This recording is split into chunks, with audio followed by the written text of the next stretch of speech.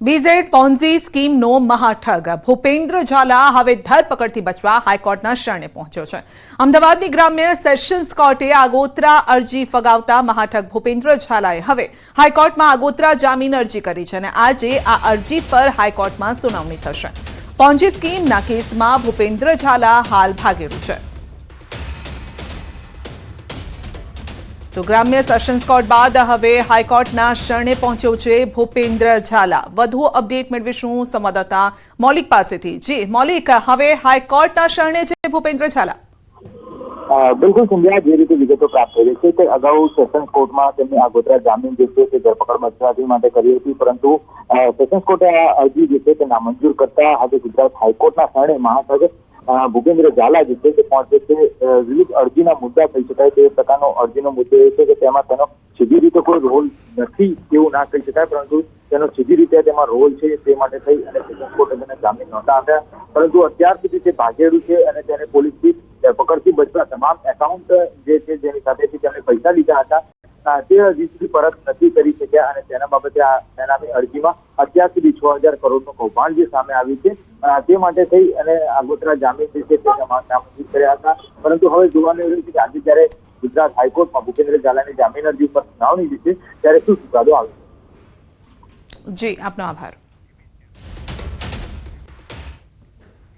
અમદાવાદમાં બાબા સાહેબ આંબેડકરની પ્રતિમાને નુકસાન પહોંચાડતા રોષ જોવા મળ્યો છે। શહેરના ખોખરામાં જયંતિ વકીલની ચાલી પાસે આ બનાવ બન્યો હતો। સ્થાનિકોમાં રોષ છે।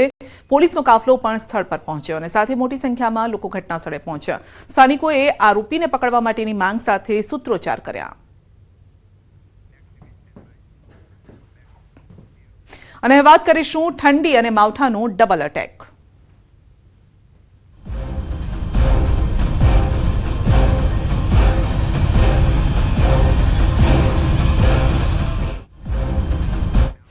રાજ્યમાં ઠંડી અને માવઠાનો ડબલ અટેક જોવા મળ્યો છે। હવામાનની આગાહી વચ્ચે જ રાજ્યના વાતાવરણમાં પલટો આવ્યો છે।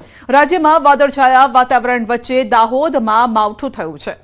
સિંગવડના ગ્રામ્ય વિસ્તારમાં કમોસમી વરસાદ વરસ્યો છે। દાહોદમાં 2 દિવસથી વાદળછાયું વાતાવરણ છે અને ત્યારે ભર શિયાળે માવઠું થતા ખેડૂતોની ચિંતા વધી છે। આ તરફ સાપુતારામાં ગાઢ ધુમ્મસની ચાદર છવાઈ છે। સાપુતારા મિની કાશ્મીર બન્યું હોય તેવા નયનરમ્ય દ્રશ્યો સામે આવ્યા છે।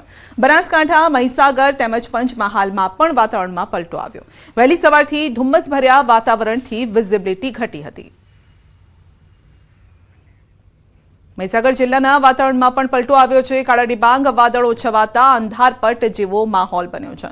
કમોસમી વરસાદની શક્યતાને લઈને ખેડૂતો ચિંતાતુર છે। મહીસાગર જિલ્લાના લુણાવાડા, બાલાસિનોર, વીરપુર, સંતરામપુર, કડાણા સહિતના તાલુકામાં વાદળછાયું વાતાવરણ જોવા મળ્યું છે।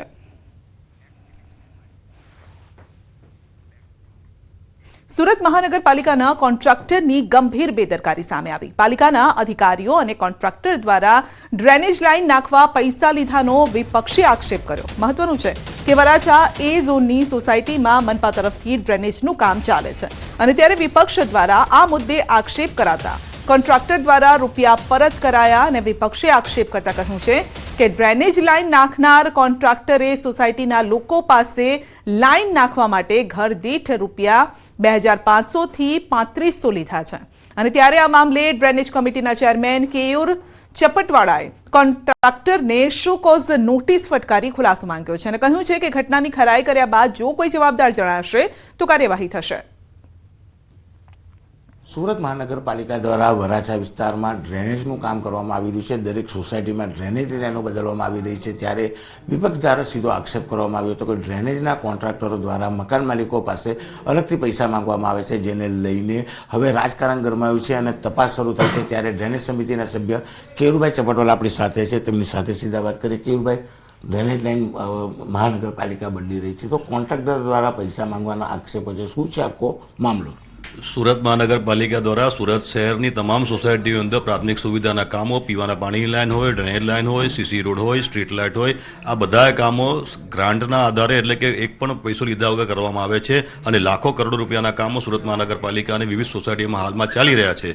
હમણાં જ 2 દિવસ પહેલાં રૂપાલી સોસાયટી જે વરાછા ઝોન એ વિસ્તારમાં આવી છે ત્યાંથી ફરિયાદ ઉઠવા પામી હતી કે કેટલાક કોન્ટ્રાક્ટર દ્વારા સ્થાનિક સોસાયટીના રહેવાસીઓ પાસે પૈસાની માંગણી કરવામાં આવી છે।